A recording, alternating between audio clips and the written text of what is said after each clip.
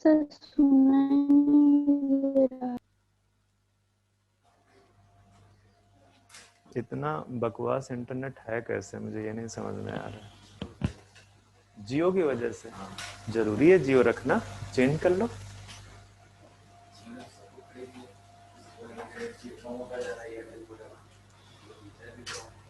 लोग भी तो दो दो सिम रख रहे हैं, स्पीड कैसे नहीं कम होगा?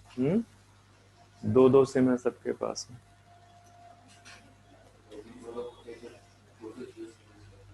तुम लीजेंड में से हो गया? चलो, मैं क्या समझा रहा था उस पर कंसंट्रेट करो। खेलने का बहुत मन करता है तुम लोगों का, जैसे ही मौका मिलते हैं तुरंत। देखो, ये प्लांट सेल है और ये आपका हाइपरटोनिक सोल्यूशन। अगर आप प्लांट सेल को हाइपोटोनिक सोल्यूशन में रखते हो तो वो सॉल्व करती है, और अगर आप हाइपरटोनिक में रखते हो तो वो सिंक कर जाती है। ठीक है, hypertonic.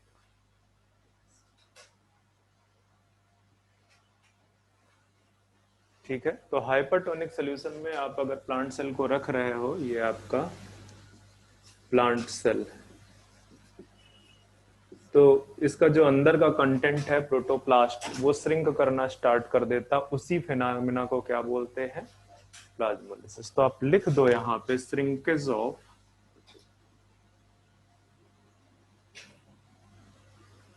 Protoplast and a plant cell is placed in, कहाँ पे प्लेस करेंगे? Hypertonic solution. Hypertonic solution known as plasmolysis. इस फिनोमिना को बोलते हैं प्लाज्मोलिसिस। ठीक है, तो बड़ी सिंपल सी चीज है और कुछ इसमें की पॉइंट्स हैं, उनको डिस्कस करेंगे। बट एक मिनट रुको जरा, आपके केमिस्ट्री सर ने सारा इंक खत्म कर दिया है तो मुझे इसको फिलअप करना पड़ेगा, कि उन्होंने भी भरा था इसको।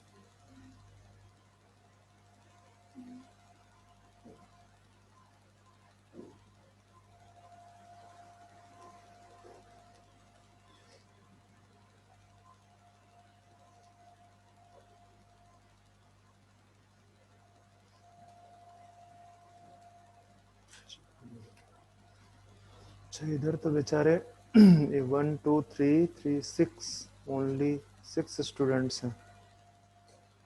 एक समय सब मिला के करीब 40 स्टूडेंट रहता था।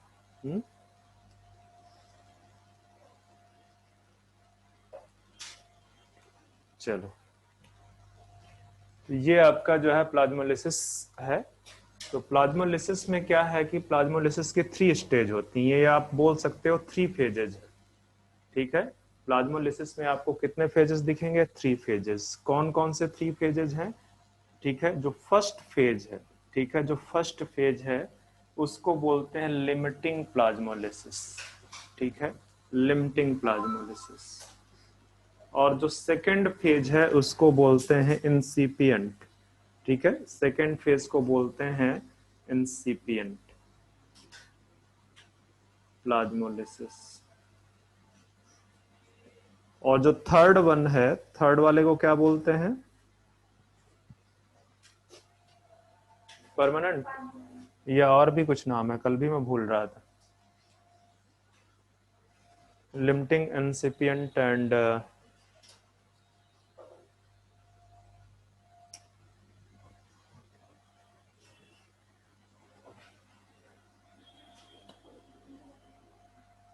क्या हुआ? फैन से इनकार है? फैन पसंद ना है आपको? अच्छा, गर्मी लग रही थी। So sad.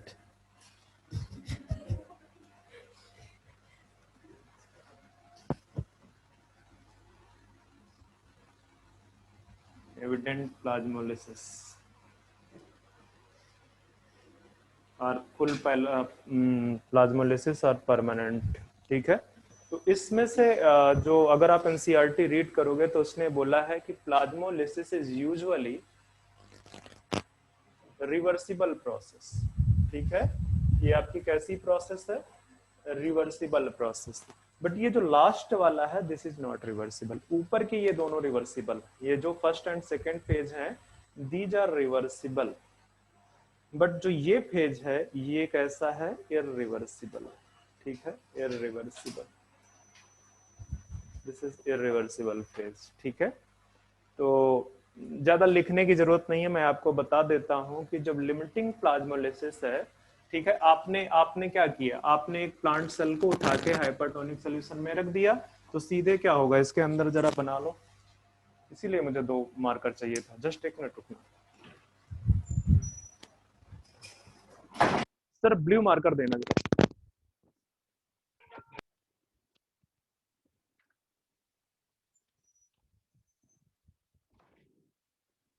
ये जो है क्या कहते हैं, ये आपका सेल मेम्ब्रेन मान लो या प्रोटोप्लास्ट प्रोटोप्लाज्म मान लो। ठीक है, तो जैसे ही आपका यहाँ पे रखा, यहाँ से निकलना स्टार्ट हो जाएगा, क्या, वाटर निकलना स्टार्ट हो जाएगा। ठीक है, वाटर निकलना स्टार्ट हो जाएगा, और इसके अंदर भी क्या है, एक वैक्यूल। ठीक है, वैक्यूल है, साइटोप्लाज्म है। ठीक है, तो यहाँ से आपका जो है वाटर बाहर की तरफ आना स्टार्ट हो जाएगा। ठीक है, तो इसमें जो पहला की पॉइंट है वो ये है कि जो वाटर का मूवमेंट है from the cell to the hypertonic solution, वो सबसे पहले कहाँ से होगा, सबसे पहले होगा वो साइटोप्लाज्म। ठीक है, इसके अंदर अगर और आप स्ट्रक्चर बनाना चाहते हैं, इसको बोल दो कि ये वैक्यूल, ये वाला आपका वैक्यूल। ठीक है, ये क्या है,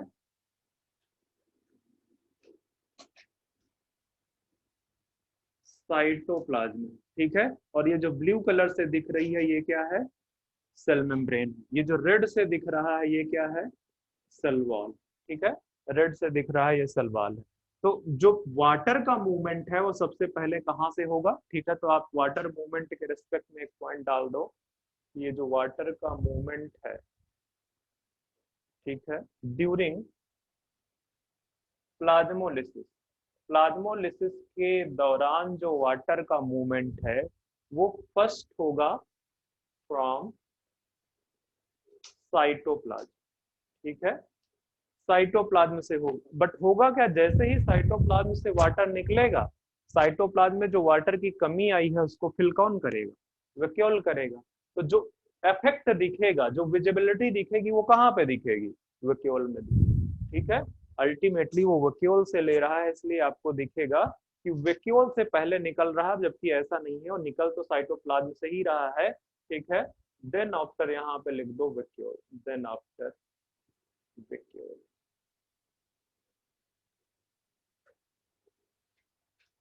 तो ये एक चीज तो ये हो गई। ठीक है, तो अब ये जो लिमिटिंग प्लाज्मोलिसिस का मैं बता रहा था कि स्टार्टिंग में यही होगा कि यहाँ से पानी निकलना स्टार्ट होगा। ठीक है, पानी निकलना स्टार्ट होगा, लिमिटिंग प्लाज्मोलिसिस हो जाएगी। दूसरा क्या होगा, इंसिपिएंट के दौरान जो सेकंड फेज है, सेकंड फेज के दौरान जो सेल मेम्ब्रेन है जो कि बिल्कुल चिपकी हुई थी सेल वॉल के साथ में, ठीक है, वो धीरे धीरे करके कॉर्नर्स को छोड़ना स्टार्ट कर देगी। ठीक है, कॉर्नर्स को छोड़ना स्टार्ट करेगी। और जो थर्ड है, थर्ड के दौरान ये जो पूरा का पूरा आपका प्रोटोप्लाज्म है, ठीक है, प्रोटोप्लाज्म इंक्लूडिंग सेल मेम्ब्रेन, ये क्या करेगा, ये बिल्कुल जो है चारों तरफ से सेल वॉल को छोड़ देगा और बीच में एक स्फेरिकल स्ट्रक्चर बना लेगा, बीच में एक स्फेरिकल सा स्ट्रक्चर, मतलब काफी गैप दिखेगा आपको। ठीक है, सेल वॉल और सेल मेम्ब्रेन के बीच में, ठीक है, काफी गैप दिखेगा, काफी गैप दिखेगा। किस स्टेज पे, एविडेंट प्लाज्मोलिसिस के केस में। इंसिपिएंट मतलब होता है अदृश्य, जो आपको दिखाई ना दे। ठीक है, इंसिपिएंट, तो इंसिपिएंट प्लाज्मोलिसिस आपको दिखाई नहीं देगी, दिखाई कौन सी देगी, एविडेंट प्लाज्मोलिसिस। क्यों, क्योंकि अब जो है ये जो बेसिकली प्रोटोप्लाज्म है वो बीच में एक स्फेरिकल बॉल की तरह पड़ा हुआ। ठीक है, और उसके चारों तरफ आपका सेल वॉल। ठीक है, तो जो सेल वॉल और प्रोटोप्लाज्म के बीच का स्पेस, ठीक है, इस वाले स्पेस की बात कर रहे हैं, इस वाले स्पेस की बात। ये कौन सा स्पेस है, space between cell wall and cell membrane। ठीक है, this is occupied by the hypertonic solution। ये क्वेश्चन एनसीईआरटी में पूछा है, तो ध्यान रखना कि ये जो स्पेस है between cell wall and cell membrane will be occupied by, अभी भी नहीं बोल पा रहे हैं,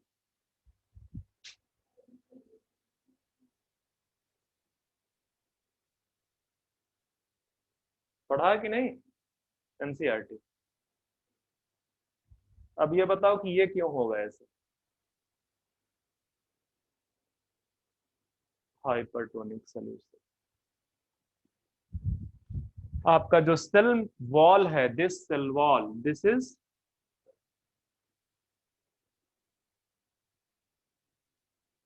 परमिएबल, ठीक है, ये आपका परमिएबल, यहाँ से वाटर निकल के जरूर जा रहा है इसमें हाइपरटोनिक सोल्यूशन में, पर क्या है कि जैसे जैसे प्लाज्मोलिसिस होगी ये पूरा का पूरा अंदर चलता चला जाएगा, ये ठीक है, और ये स्पेस पूरा का पूरा हाइपरटोनिक सोल्यूशन में भर जाएगा, ठीक है, हाइपरटोनिक सोल्यूशन से भर जाएगा। तो ये भी एक क्वेश्चन पूछ सकता है आपसे, ठीक है, ये भी आपका एक क्वेश्चन पूछ सकता है। बाकी मैंने बता दिया कि ये रिवर्सिबल फेनामिना है, ठीक है, और प्लाज्मोलिसिस का सिग्निफिकेंस देख लो, सिग्निफिकेंस क्या है प्लाज्मोलिसिस का।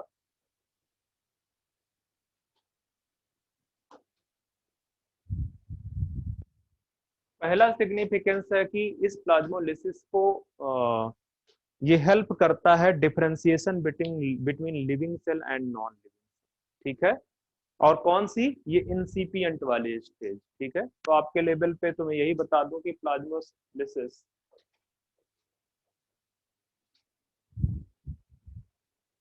Help to differentiate between living and non living cell, ठीक है। कैसे डिफरेंशिएट करेगा, क्योंकि जो ये नॉन लिविंग सेल है ये सो ही नहीं करेगी, प्लाज्मोलिसिस कहाँ पे होगी, लिविंग सेल में होगी, ठीक है, नॉन लिविंग सेल वो सो ही नहीं करेगी, और यहाँ पे थोड़ा सा इस तरह से करके लिख दो, ये basically इंसिपिएंट plasmolysis.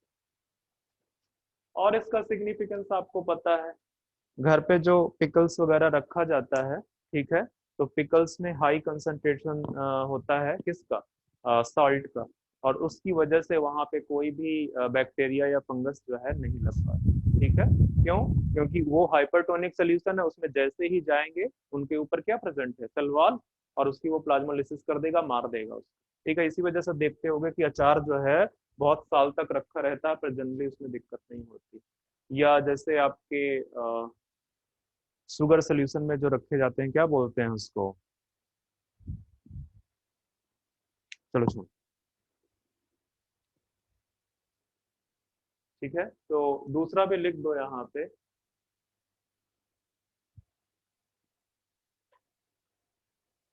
Due to high salt concentration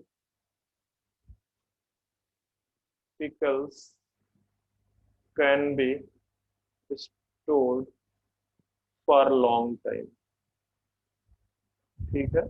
ये एक्चुअली एप्लीकेशन है, ये क्या है, बेसिकली एप्लीकेशन ऑफ प्लाज्मोलिसिस, ये प्लाज्मोलिसिस का एप्लीकेशन है आपका।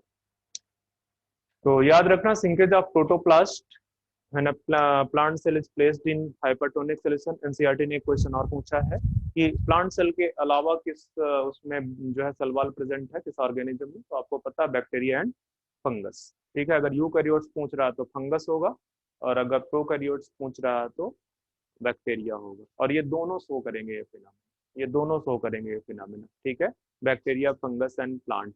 कौन नहीं शो करेगा, जहाँ पे सेल मेम्ब्रेन सेल वॉल नहीं प्रेजेंट, लाइक एनिमल्स, ठीक है, एनिमल्स ये फिनोमेना शो नहीं करेंगे। तो ये मैंने प्लाज्मोलिसिस आपका ये वाला पार्ट खत्म कर दिया। अब आते हैं कौन से पार्ट में, इम्बाइबिशन।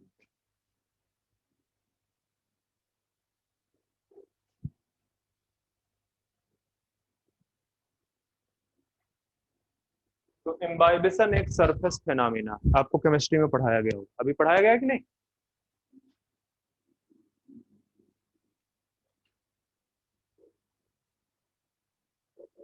क्या सरफेस केमिस्ट्री नहीं पढ़ाई गई अभी तक, नहीं, चलो। तो इम्बाइबिशन बेसिकली ये एक क्या है, surface phenomena. Non living object could absorb water.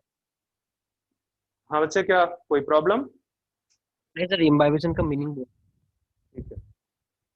तो इम्बाइबेशन, और ये एक और चीज है, ये एक फिजिकल फिनोमेना, ठीक है। फिजिकल प्रॉपर्टी है, फिनोमेना हटा लो, फिजिकल कैरेक्टरिस्टिक या फिजिकल प्रॉपर्टी, ठीक है। और किसकी? कोलॉइडल सब्सटेंसेस, ऐसे सब्सटेंस जो कोलॉइडल, ठीक है, ऑफ कोलॉइडल सब्सटेंस।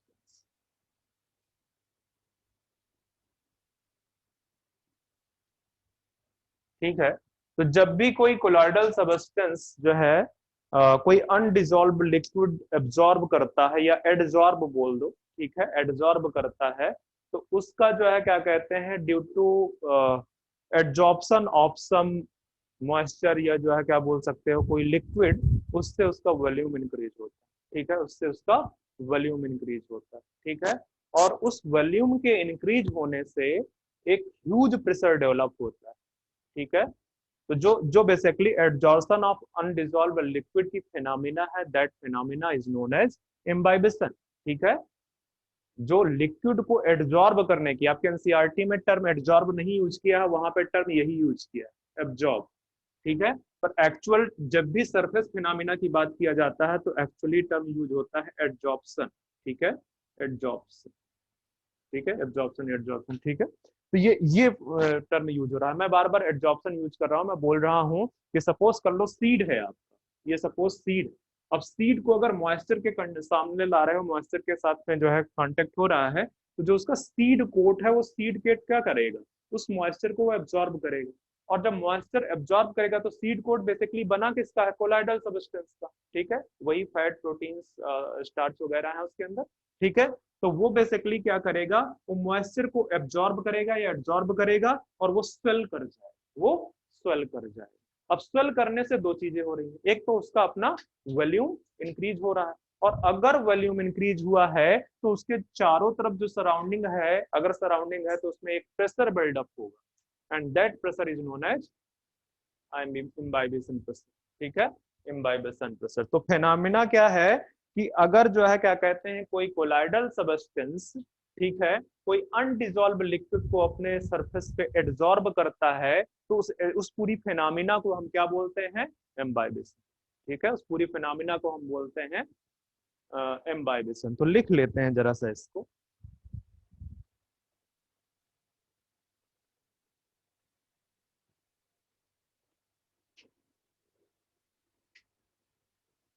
यहाँ पे कोलाइडल सब्सटेंस में जरा सा एग्जाम्पल डाल दो आप,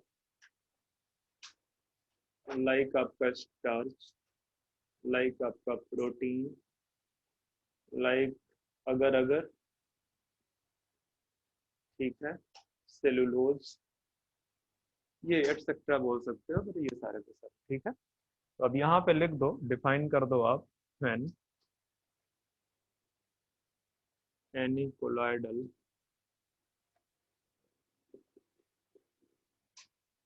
substance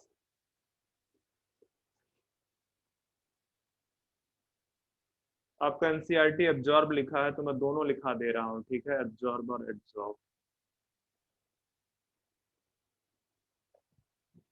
any undissolved liquid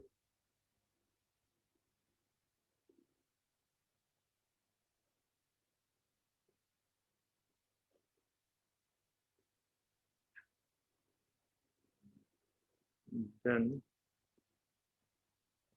this phenomena, एक minute, any undissolved liquid and swells up,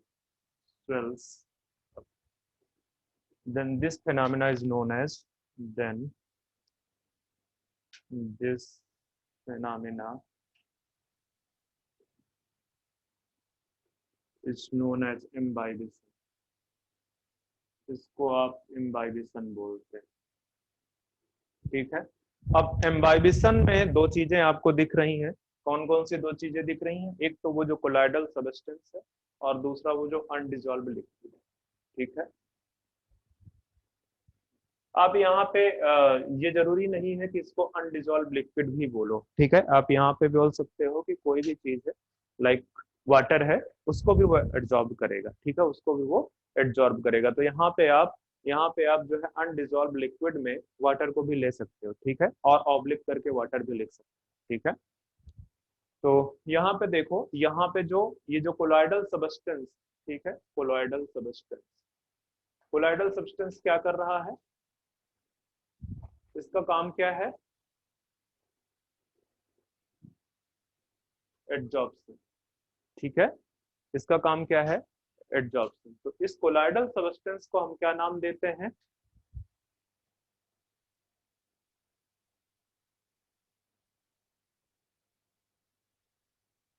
imbibant और एडजॉर्बेंट, ठीक है। और जो अनडिजॉल्व लिक्विड है, अनडिजॉल्व लिक्विड, उसको एक मिनट, मुझे थोड़ा सा नाम में कंफ्यूजन है।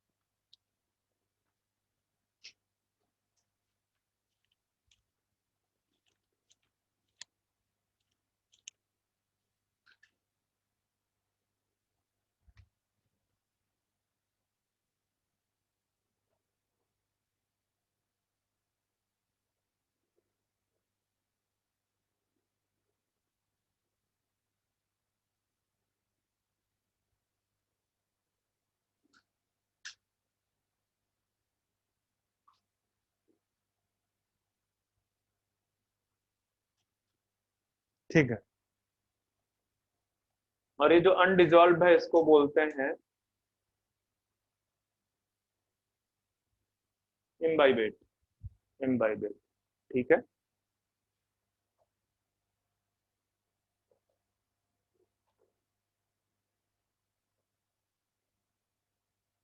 अब देख लो रिक्वायरमेंट, देखो ये जो सरफेस फिनोमिना है, इम्बाइबिशन है, इसके रिक्वायरमेंट्स क्या है, ठीक है।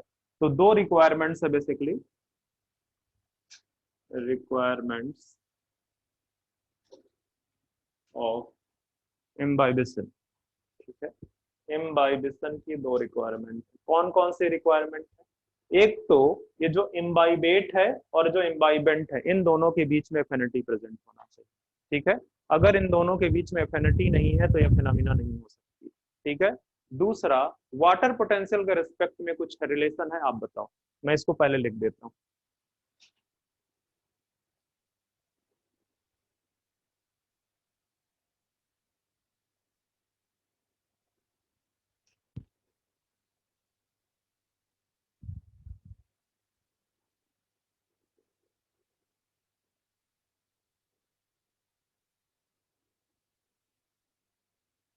लिखने में ज्यादा कंसंट्रेशन है, इसमें कोई कंसंट्रेशन नहीं है, जो मैं पूछ रहा हूँ कि वाटर पोटेंशियल के रिस्पेक्ट में क्या होगा।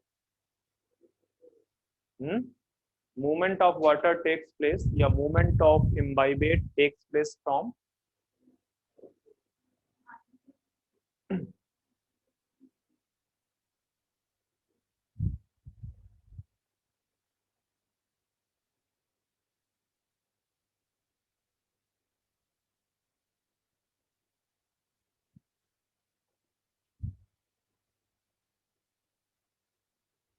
there must be a water potential gradient between imbibate and imbibant। मतलब ये सपोज कर लो कोई आपके पास में सॉलिड मटेरियल है, कोलाइडल सबस्टेंस, ठीक है, कोलाइडल मटेरियल, इसके चारों तरफ आपका क्या है, इसके चारों तरफ आपका मॉइस्चर, इसके चारों तरफ मॉइस्चर, ठीक है। तो ये मॉइस्चर को ऑब्जॉर्ब करेगा, मॉइस्चर को ऑब्जॉर्ब करेगा, क्यों ऑब्जॉर्ब करेगा, क्योंकि ये जो मॉइस्चर है इसका जो वाटर पोटेंशियल है वो हाई, ठीक है। और जो ये वाला जो सरफेस है, ये जो सरफेस है, इस सरफेस का जो वाटर पोटेंशियल है वो लो वाटर पोटेंशियल है।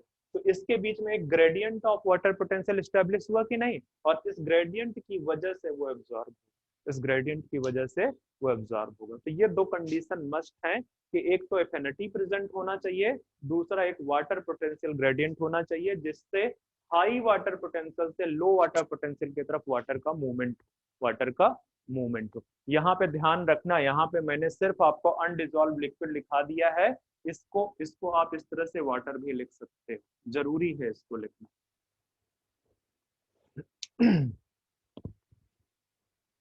तो ये एक चीज हो गई, ठीक है, ये एक चीज हो गई एम्बाइबेशन के रेस्पेक्ट में। जितनी चीजें मुझको बताना था मैंने आपको बता दिया कि इसको एम्बाइबेंट बोलते हैं, इसको एब्जॉर्बेंट बोलते हैं, ये सारी चीजें प्रेजेंट होनी चाहिए।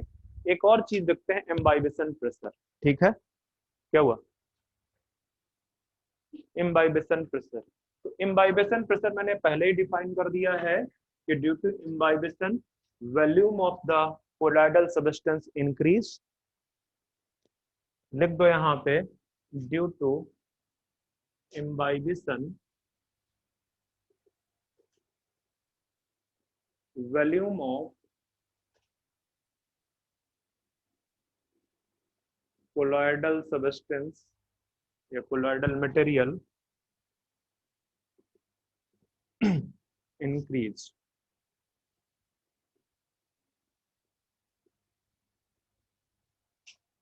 which creates huge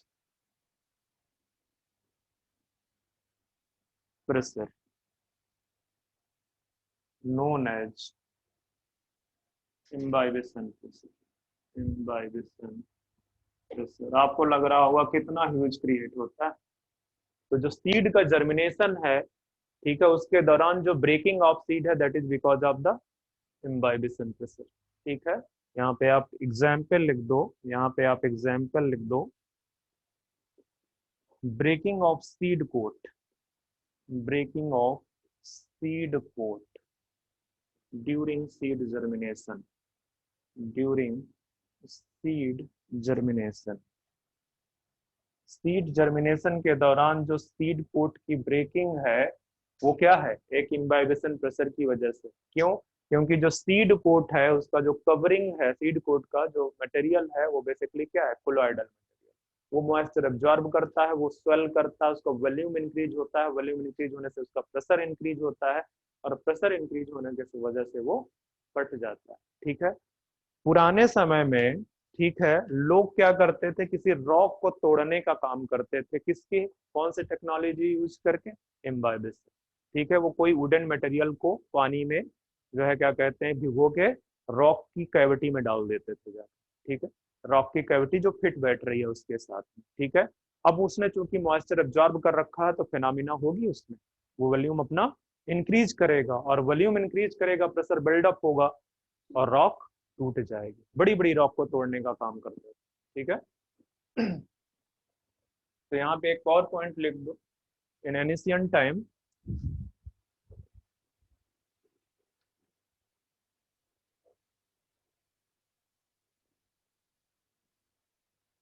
rocks broke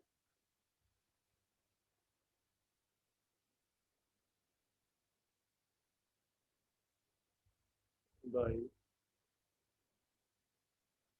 this phenomena।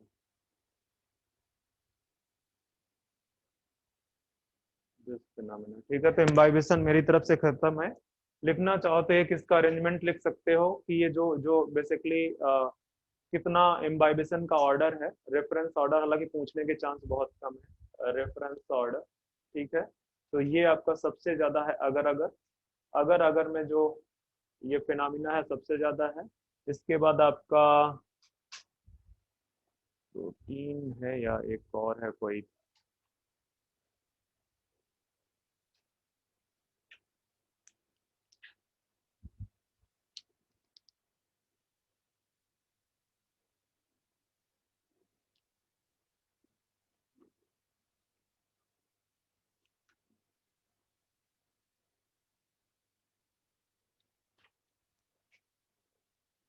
Pectin, then protein, then आपका स्टार्च, देन आपका सेलुलोज। पूछेगा नहीं वैसे चांस।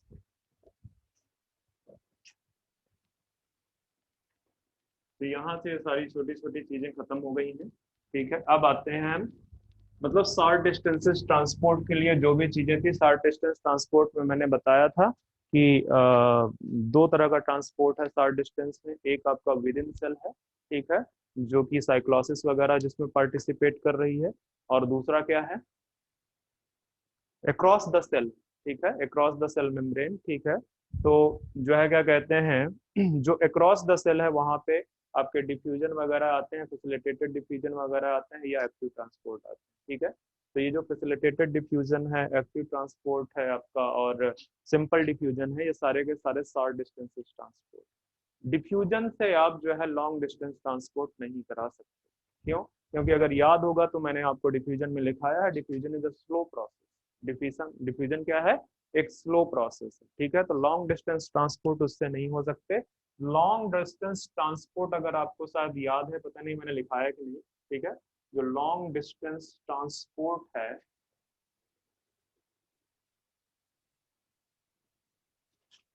वो बेसिकली होता है बल्क फ्लो से, ठीक है। इसी बल्क फ्लो को एक और नाम देते हैं मास, ठीक है। तो जो लॉन्ग डिस्टेंस ट्रांसपोर्ट है ये किसकी वजह से होगा? बल्क फ्लो या मास फ्लो की वजह से, ठीक है। लॉन्ग डिस्टेंस ट्रांसपोर्ट में लिखना चाहो तो लिख दो, ठीक है, डिफ्यूजन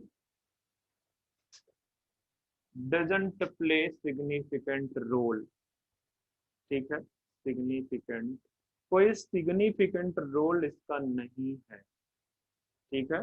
दैट मीन्स कि जो डिफ्यूजन है इट इज, जो लॉन्ग डिस्टेंस ट्रांसपोर्ट है उसमें डिफ्यूजन कोई सिग्निफिकेंट रोल प्ले नहीं करता है, ठीक है। आपको मैंने ये भी बताया था कि जो लॉन्ग डिस्टेंस ट्रांसपोर्ट हैं ये अकर्स वाया किसके थ्रू होंगे?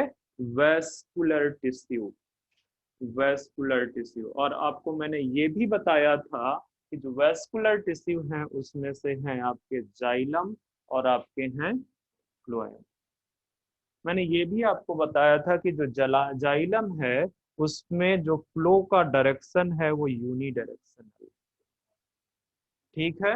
और ये आपका बाई डायरेक्शनल है, या मल्टी डायरेक्शनल भी अगर आता है तो लिख सकते हो, ठीक है, बाई डायरेक्शनल, ठीक है। अब आपका जो यूनी डायरेक्शनल है, मैंने ये बताया था कि ये जो जाइलम है, जाइलम से मेनली दो चीजों का ट्रांसपोर्ट होता है। कौन कौन सी चीजें हैं? वाटर एंड मिनरल्स, ठीक है, वाटर एंड मिनरल्स, ठीक है। इसके अलावा आपको कुछ हार्मोन्स का भी ट्रांसपोर्ट होगा, ठीक है, और कुछ आपके नाइट्रोजनस सब्सटेंसेस का भी ट्रांसपोर्ट होता है, ठीक है।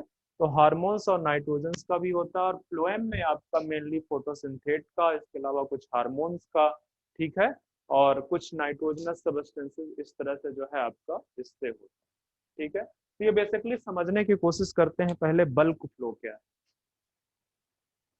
देखो, आप बल्क फ्लो को समझने के लिए आपके दिमाग में एक रिवर की इमेज लानी पड़ेगी, ठीक है।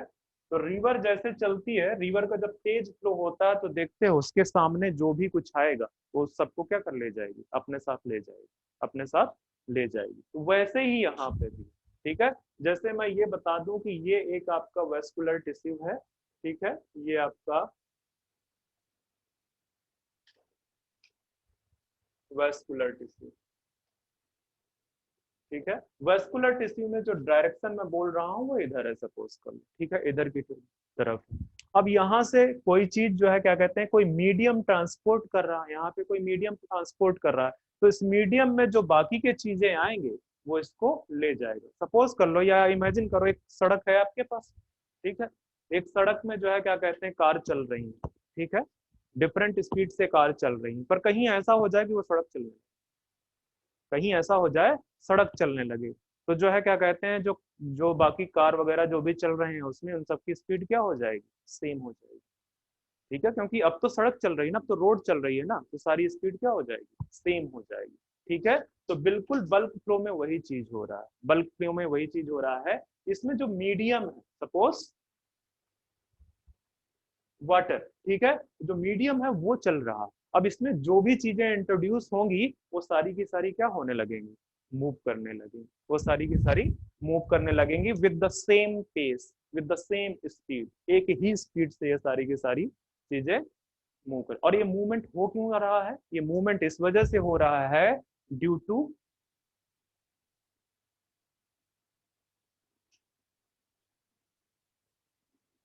Pressure gradient.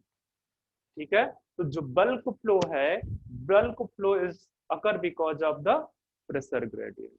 ठीक है, ये प्रेशर ग्रेडियंट की वजह से हो रहा है। ठीक है, तो अगर सपोज कर लो यहाँ पे आपका हाई प्रेशर है और यहाँ आपका लो प्रेशर है, अब ये कौन सा प्रेशर होगा बेसिकली यहाँ पे, ऑस्मोटिक प्रेशर। ठीक है, तो यहाँ पे जब भी देखना, इसको मैं इन ब्रैकेट ओपी लिख देता हूँ, यहाँ पे भी मैं इन ब्रैकेट ओपी लिख देता हूँ, ये बेसिकली ऑस्मोटिक प्रेशर। ठीक है, तो ऑस्मोटिक प्रेशर जो है जिधर ज्यादा होगा उस तरफ से लो ऑस्मोटिक प्रेशर की तरफ जो है मूवमेंट होने लगेगा। तो बेसिकली एक प्रेशर ग्रेडियंट है। बल्क फ्लो एक क्या है, बल्क फ्लो में जो बेसिकली मूवमेंट है दैट इज बिकॉज ऑफ, ठीक है, movements occur because of the pressure gradient. ठीक है, और यहाँ पे जो चीज मूव कर रही है वो बेसिकली मीडियम मूव कर रहा है। ठीक है, इसमें जो भी चीजें आएंगी वो डिजॉल्व हो या ना डिजॉल्व हो। ठीक है, आप कभी देखते हो कि रिवर में जब जो है क्या कहते हैं, जब उसका फ्लो आता है तो उसमें ये थोड़ी देखता है कि कोई चीज जो है डिजॉल्व हो रही है, कोई चीज नहीं डिजॉल्व हो रही, वो तो सबको समेट के ले जाता है ना साथ में उसी पेस से। ठीक है, तो सेम चीज एनसीईआरटी की लाइन देखना। ठीक है, कि जब ये जो मूवमेंट होगा बल्क फ्लो से, ठीक है, ये बेसिकली ये नहीं देखेगा कि उसमें डिजॉल्व है या, ठीक है, नॉन डिजॉल्व है, सस्पेंडेड। ठीक है, तो यहाँ पे लिख सकते हो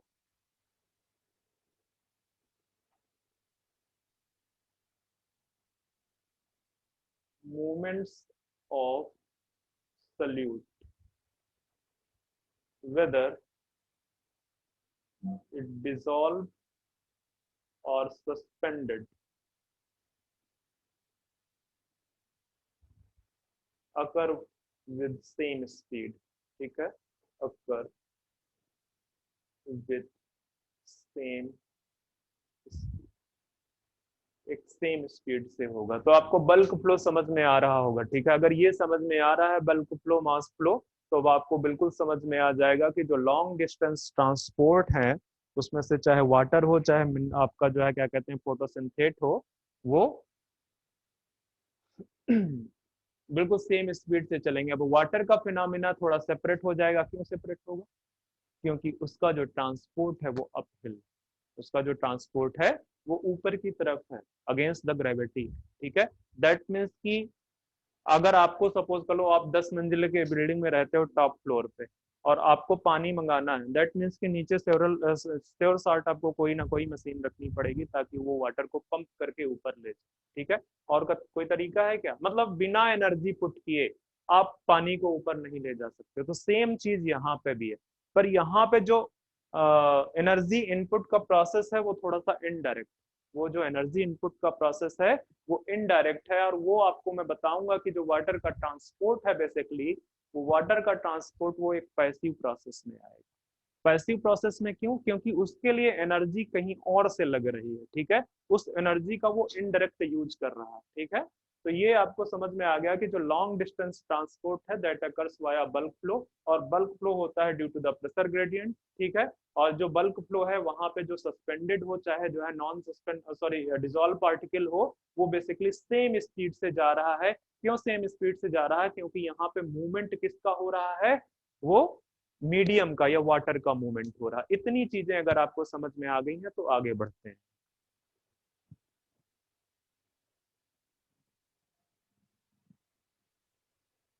अच्छा, एक पॉइंट नोट डाल के यहीं पे लिखा देता हूँ, हालांकि साथ में लिखाऊंगा दोबारा, पर अभी लिखा देता हूँ, नोट कर लो।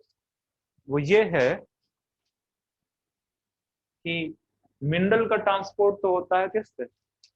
जाइलम से। ठीक है, पर मिनरल का जो ट्रांसपोर्ट है, अगर ये क्वेश्चन आता है ट्रांसपोर्ट ऑफ मिनरल, तो ये बच्चे है आपका मल्टी डायरेक्शनल और बाई डायरेक्शनल। मल्टी डायरेक्शनल, अब आपको लग रहा होगा कि ये तो ट्रांसपोर्ट होता है किससे? जाइलम से। ये मल्टी डायरेक्शनल क्यों हुआ? वो इस वजह से क्योंकि जो मिनरल्स है वो रूट के थ्रू अगर जा रहा है तब तो वो यूनिडायरेक्शनल, बट होता क्या है कि कोई सेनेसेंस पार्ट अगर प्लांट का, मतलब उसमें सेनेसेंस हो रहा है, तो वहां से भी वो मिनरल्स को एक्सट्रैक्ट कर लेता है। मतलब कहने का, अगर मैं यहाँ पे एक प्लांट बना दूं, ठीक है, ये रूट है, ठीक है, यहाँ पे इसके लीव्स है, ये सेनेसेंस हो रही है इस लीफ में, मतलब ये क्या हो रही है? इसकी एजिंग हो रही है, डेथ की तरफ जा रही है। तो प्लांट क्या करेगा, इसका जितना भी मिनरल्स है वो एक्सट्रैक्ट कर लेगा। ठीक है, तो ये जो डायरेक्शन होगी ये दूसरी डायरेक्शन हो गई कि नहीं, इस वजह से ये बोलते हैं कि ये बाई डायरेक्शनल या मल्टी डायरेक्शनल है। इसी तरह से ये तो लीफ का बताया, कोई स्टेम का पार्ट कोई ब्रांच में सेनेसेंस हो रहा होगा तो वहां से भी निकाल लेगा, फ्रूट में सेनेसेंस हो रहा होगा तो वहां से भी निकाल लेगा। तो बाई डायरेक्शनल या इसको मल्टी डायरेक्शन बोल सकते हो। हाँ, अगर क्वेश्चन ये आता है आपसे कि ट्रांसपोर्ट ऑफ मिनरल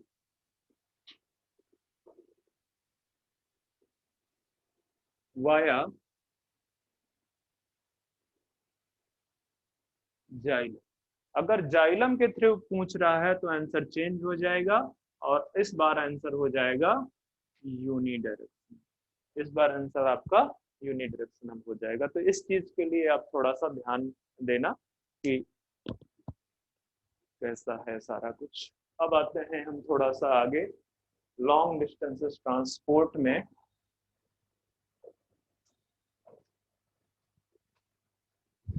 चलो, लॉन्ग डिस्टेंस ट्रांसपोर्ट को अगर आप देख रहे हो तो पहले एक प्लांट को इमेजिन करो।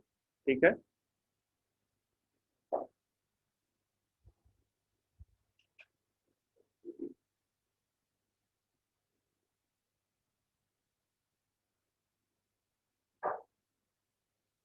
ये ऊपर वाला सूट सिस्टम है, नीचे की तरफ रूट।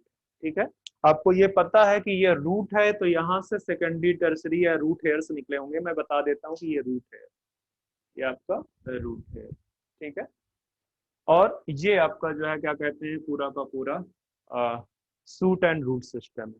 तो जो ट्रांसपोर्ट होगा तो ट्रांसपोर्ट पहले हॉरिजॉन्टल डायरेक्शन में होगा। ठीक है, पहले ये आपका हॉरिजॉन्टल डायरेक्शन में होगा और फिर ये आपका वर्टिकल डायरेक्शन में होगा। ठीक है, ठीक है, तो पहले आप यहाँ पे देखो, ये हॉरिजॉन्टल डायरेक्शन में ट्रांसपोर्ट होना है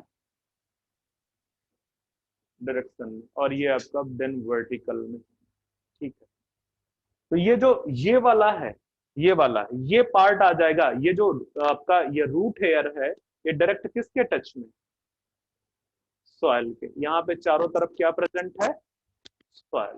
ठीक है, और सॉइल के साथ ही क्या एसोसिएटेड है, वाटर एसोसिएटेड। ठीक है, तो रूट हेयर क्या करेगा, वाटर को यहां से एब्जॉर्ब करेगा और वाटर को एब्जॉर्ब करके ये कहां पे ले जाएगा, जो सेंट्रल सिलेंड्रिकल जहां पे आपका क्या प्रेजेंट है, जाइलम प्रेजेंट। ठीक है, सेंट्रल सिलेंड्रिकल। अगर मैं इसका थोड़ा सा पिक्चर बना दूं आपको टीएस में, तो टीएस में ये बोल सकते हो कि ये पूरा सपोज कर लो प्लांट है। ठीक है, यहाँ पे आपका ये रूट हेयर निकला हुआ है, बीच में आपका क्या है, सेंट्रल सिलेंड्रिकल है, जाइलम वगैरह है। ठीक है, यहाँ पे मैं आपके लिए जाइलम बना देता हूँ।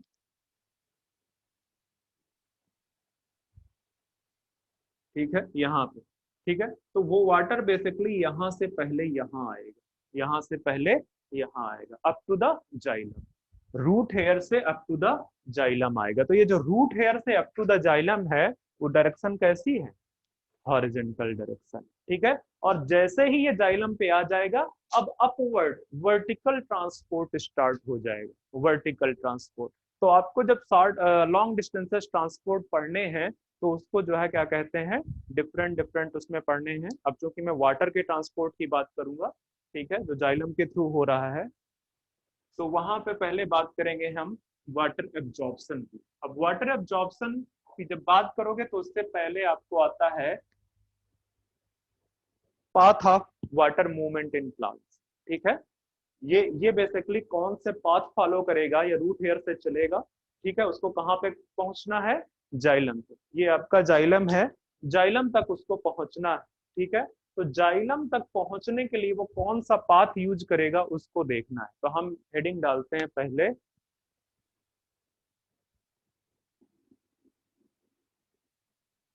Path of water movement in plants. ठीक है, वाटर मूवमेंट का जो प्लांट्स, इसमें दिख ही नहीं रहा है, वाटर मूवमेंट का पाथ देख रहे हैं। ठीक है, अब इसमें दो पाथ हैं। ठीक है, दो पाथ है इसमें, एक है आपका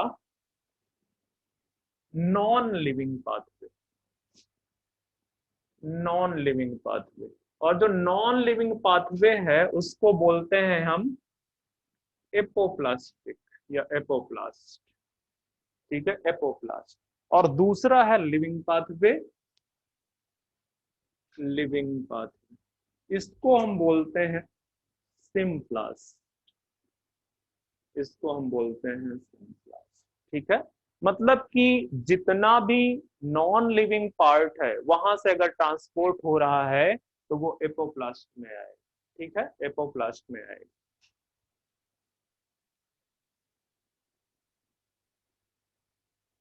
दिमाग में ये रखना कि बोथ आर पैसिव प्रोसेस। ठीक है, बोथ आर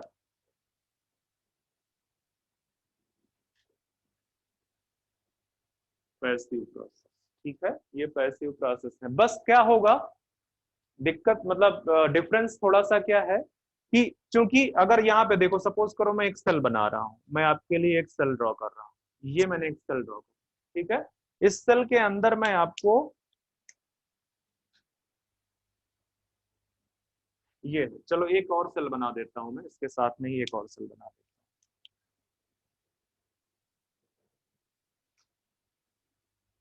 हूं। ये इसका भी sorry,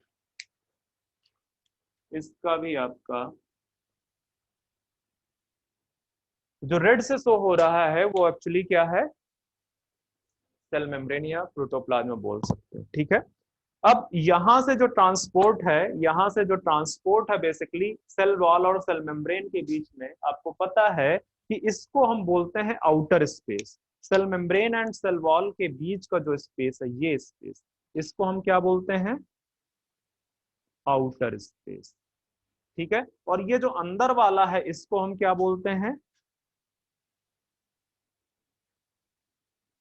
इनर स्पेस। ठीक है, तो आउटर स्पेस किसको बोलेंगे, the space present between the, यहां पे मैं लिख देता हूं। ठीक है, space between cell wall and cell membrane. Cell wall and cell membrane के बीच का जो स्पेस है उसको हम बोलते हैं क्या, आउटर स्पेस। और जो अंदर वाला स्पेस है, साइटोप्लाज्म वाला स्पेस है, उसको बोलते हैं इनर स्पेस। तो ये जो आउटर स्पेस है दिस इज नॉन लिविंग। आपको याद होगा सेल वॉल जब मैं पढ़ा रहा था तो मैंने बोला था कि cell wall is non living, क्योंकि वो एक केमिकल, ठीक है, वैसे तो हम पूरे केमिकल हैं पर बायोकेमिकल रिएक्शन वहां नहीं चल रहे। ठीक है, इनर स्पेस आपका क्या है, लिविंग है, क्योंकि लिविंग जो रिएक्शन है, ठीक है, लिविंग रिएक्शन आपकी कहाँ पे चल रही है, साइटोप्लाज्म में चल रही है।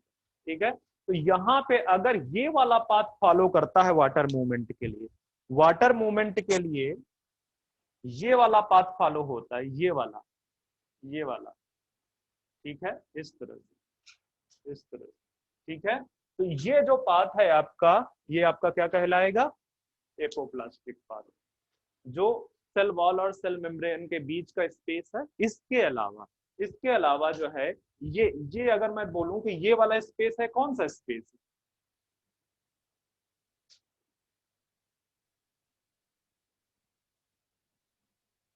Intercellular space. ठीक है, तो ये जो इंटरसेलुलर स्पेस है ये भी क्या है, नॉन लिविंग है।